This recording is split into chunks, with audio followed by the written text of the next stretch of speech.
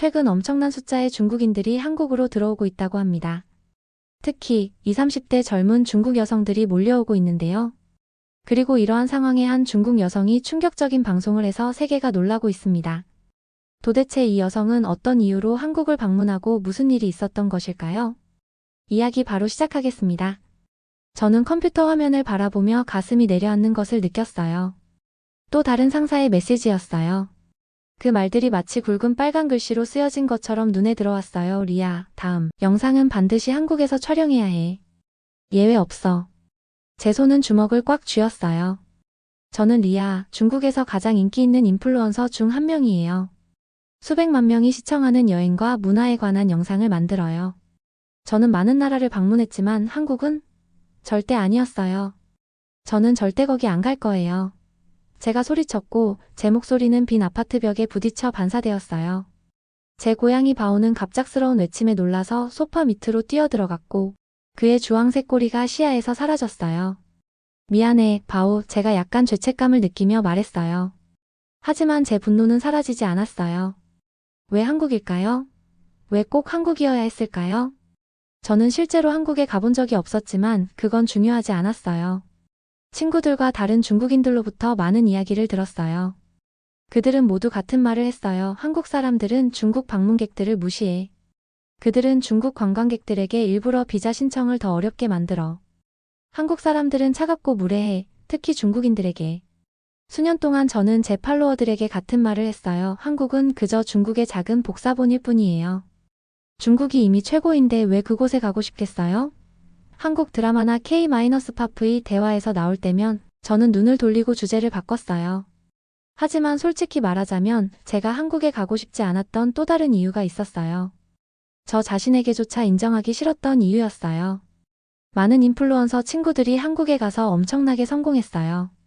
서울이나 부산에서 촬영한 그들의 영상은 제 것보다 수백만 뷰를 더 받았어요. 소셜 미디어를 스크롤할 때마다 한국 랜드마크 앞이나 한국 음식을 먹거나 한국 상점에서 쇼핑하는 그들의 웃는 얼굴을 봤어요. 그리고 매번 저는 뱃속에서 질투심을 느꼈어요. 만약 제가 한국에 가서 아무도 제 영상을 보지 않으면 어떡하죠? 만약 한국 사람들이 저에게 불친절하다면? 만약 제가 실패한다면?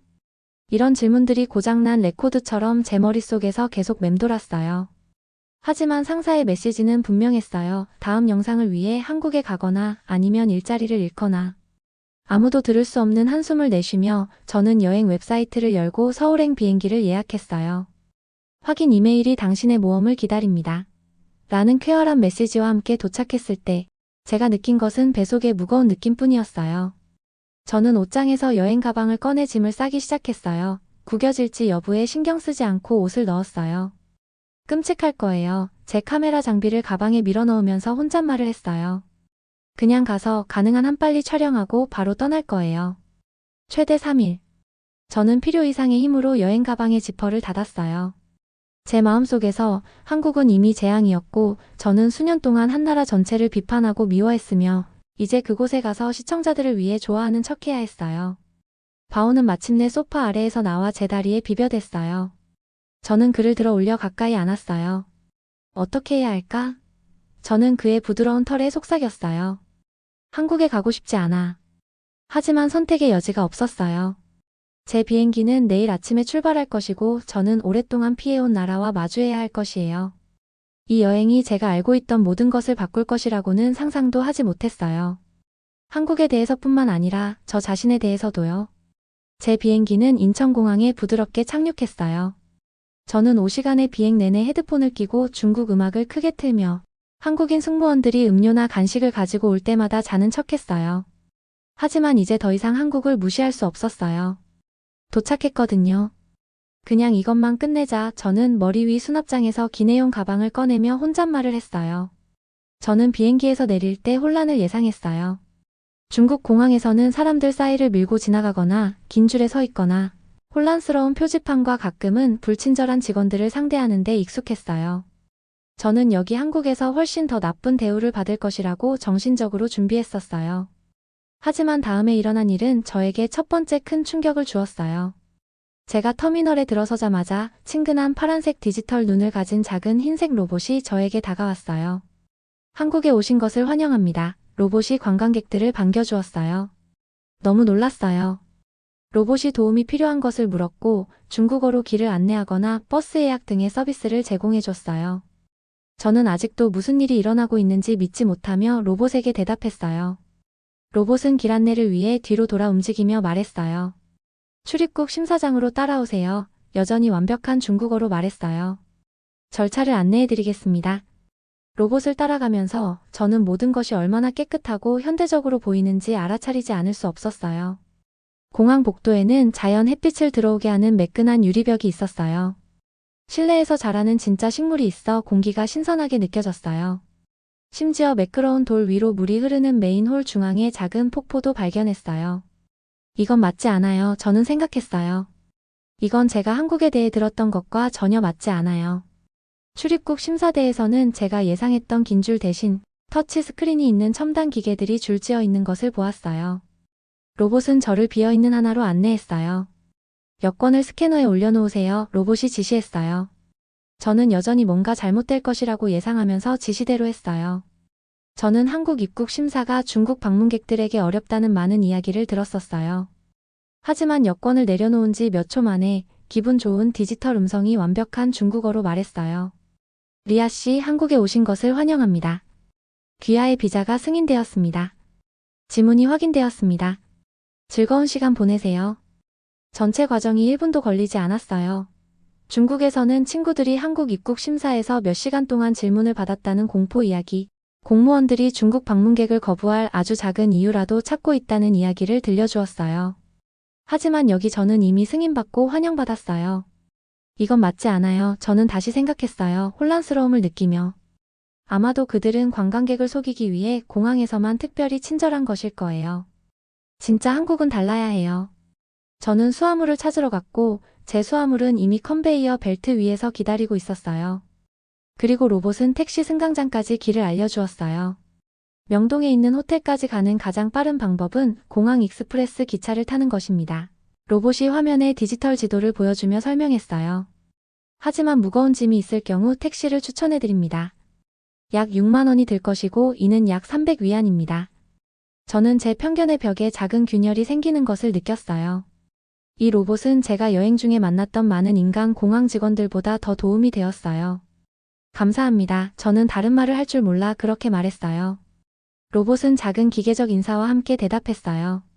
즐거운 시간 보내시길 바랍니다. 체류 중 도움이 필요하시면 코리아 트래블 버디 앱을 다운로드하세요. 중국어로 24시간 지원을 제공합니다. 제가 걸어가면서 뒤를 돌아보았어요. 로봇은 이미 다른 여행자를 돕고 있었는데 여러 나라 음성이 지원되는 것 같았어요. 저는 공항을 나와 한국의 햇살 아래 섰어요. 공기는 깨끗하게 냄새가 났고 저는 멀리 산들을 볼 수 있었어요. 잘 관리된 택시들이 줄지어 있었고 운전사들은 자신의 차량 옆에 주의 깊게 서 있었어요. 한 운전사가 공손하게 인사하며 다가왔어요. 택시요? 그가 영어로 물었어요. 저는 너무 놀라서 말을 많이 할 수 없어서 그냥 고개를 끄덕였어요. 그가 조심스럽게 제 짐을 트렁크에 넣는 동안 저는 공항, 깨끗한 거리, 질서 있는 택시줄을 둘러보면서 깊이 혼란스러웠어요. 이건 제가 들었던 차갑고 환영하지 않는 한국이 아니었어요. 전혀요. 그리고 저는 여기에 온 지 겨우 30분밖에 되지 않았어요. 아마도 제 머릿속에 작은 목소리가 속삭였어요. 아마도 제가 한국에 대해 알고 있다고 생각했던 모든 것이 틀렸나 봐요. 저는 빨리 그 생각을 밀어냈어요. 판단하기에는 너무 이른 시간이었어요. 진짜 시험은 제가 도시로 들어가서 관광객들에게 인상을 주기 위해 디자인된 반짝이는 공항을 벗어났을 때일 거예요. 하지만 택시가 출발할 때 저는 제 두려움의 일부를 대체하는 호기심의 불꽃을 느끼지 않을 수 없었어요. 한국에 대해 또 어떤 것이 저를 놀라게 할까요? 제 택시는 익선동이라는 동네 앞에 멈췄어요. 제 상사에 따르면 이곳은 서울에서 사진과 영상을 찍기에 가장 인기 있는 곳 중 하나였어요. 그는 제가 이곳에서 촬영하기를 원했는데 그 이유는 오래된 한국 가옥과 현대적인 상점들이 특별하게 섞여 있기 때문이었어요. 이 지역 매우 아름다워요. 많은 좋은 사진, 제가 돈을 지불할 때 택시 기사님이 서툰 중국어로 말했어요. 그런지 보죠. 저는 별로 기대하지 않으며 대답했어요. 하지만 제가 카메라 장비를 들고 좁은 거리에 발을 들여놓았을 때 저는 눈이 커지는 것을 느꼈어요. 제 앞에 펼쳐진 광경은 제가 상상했던 것과는 전혀 달랐어요. 한옥이라고 불리는 오래된 한국 가옥들이 골목 양쪽에 줄지어 있었어요.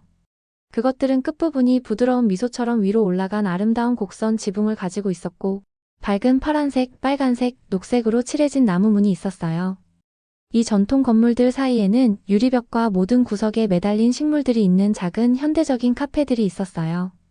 제가 한 번도 본 적 없는 이상한 악기를 사용하는 거리. 음악가들이 연주하는 전통 한국 음악 소리가 공기 중에 떠다녔어요. 그리고 냄새. 제 배는 바베큐 고기, 달콤한 과자, 그리고 제가 알아볼 수 없는 매운 무언가의 맛있는 향이 모두 공기 중에 섞여 있어서 즉시 꼬르륵 거렸어요. 이런 건 중국에는 없을 거예요. 저는 혼자 생각했어요. 오래된 건물들은 고층 아파트를 위한 공간을 만들기 위해 오래전에 철거되었을 거예요. 저는 원하지 않았지만 이 오래된 것과 새로운 것의 조합에는 뭔가 마법 같은 것이 있다는 것을 인정해야 했어요. 그것은 제가 익숙하지 않은 방식으로 자유롭고 창의적으로 느껴졌어요.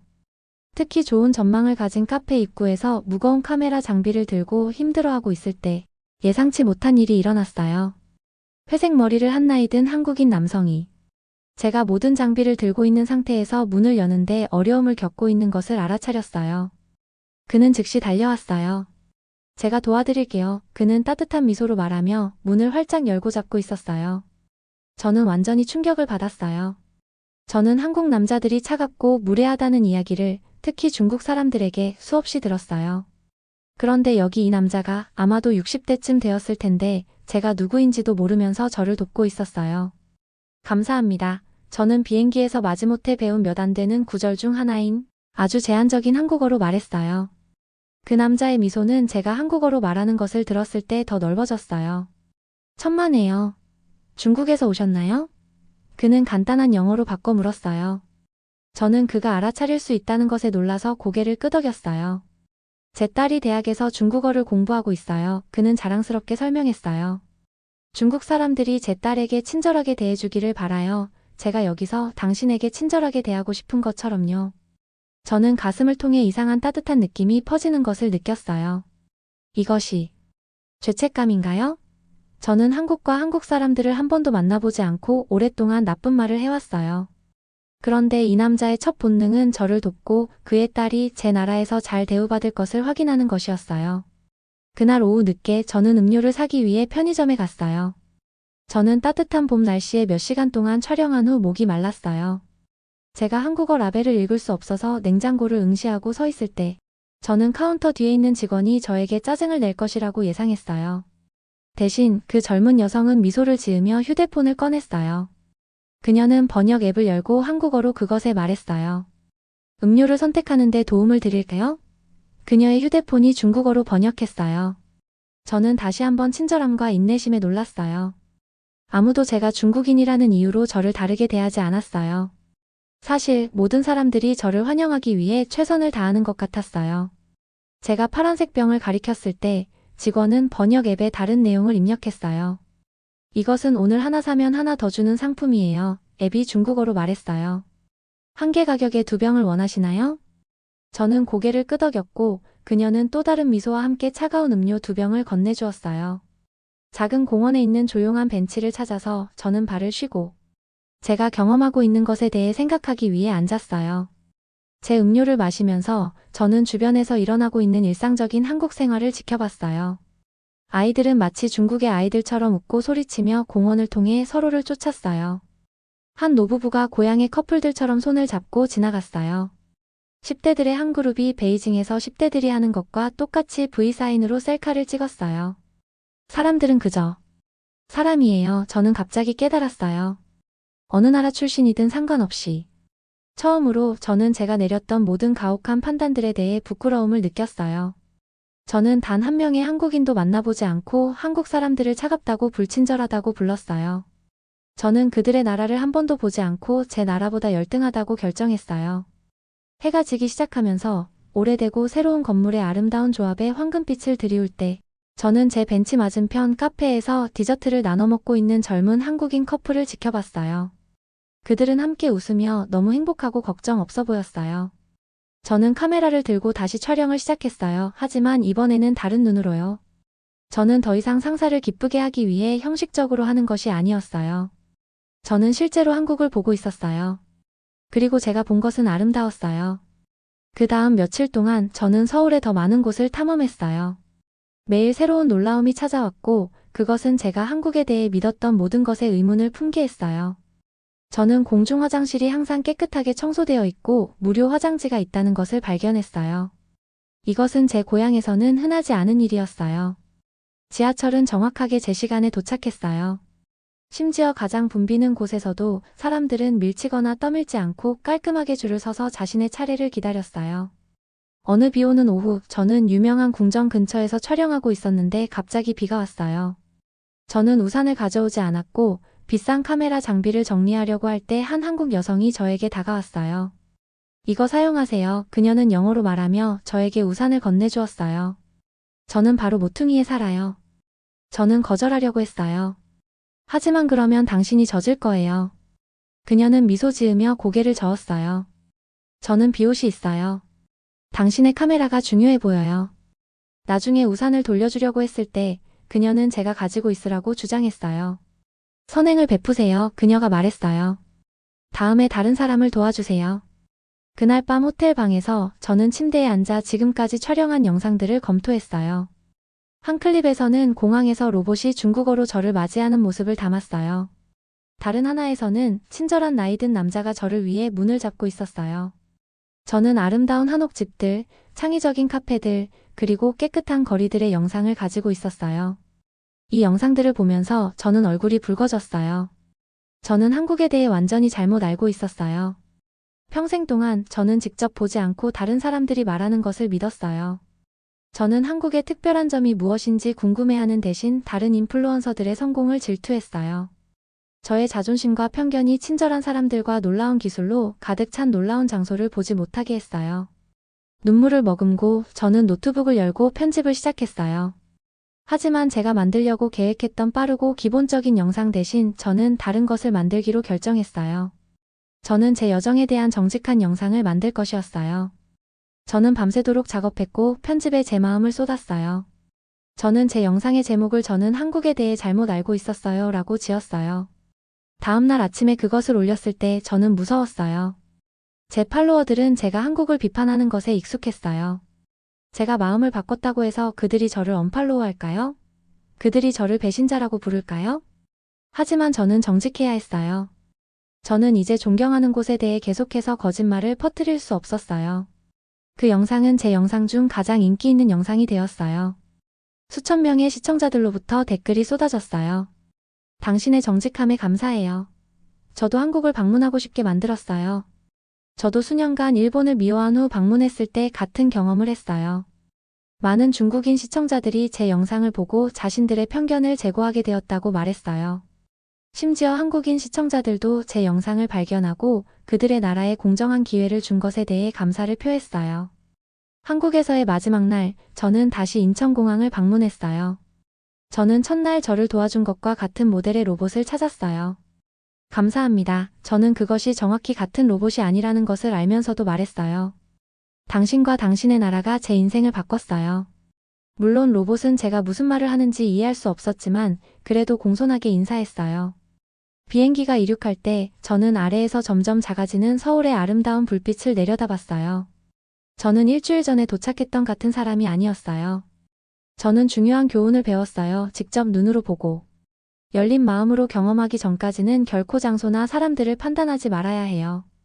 그리고 저는 제 자신에 대해서도 무언가를 배웠어요. 자신이 틀렸을 때 인정하는 데는 용기가 필요하지만 그렇게 하면 새로운 우정, 경험, 그리고 이해의 문이 열린다는 것을요. 저는 돌아올 거예요. 한국이 구름 아래로 사라질 때 저는 혼잣말을 속삭였어요. 이것은 제 진정한 여정의 시작일 뿐이에요. 이제 누군가 저에게 한국에 대해 물어볼 때마다 저는 미소 짓고 말해요. 직접 가서 보세요. 그곳은 제 인생을 바꿨던 것처럼 당신의 인생도 바꿀지도 몰라요. 영상 재미있게 보셨나요?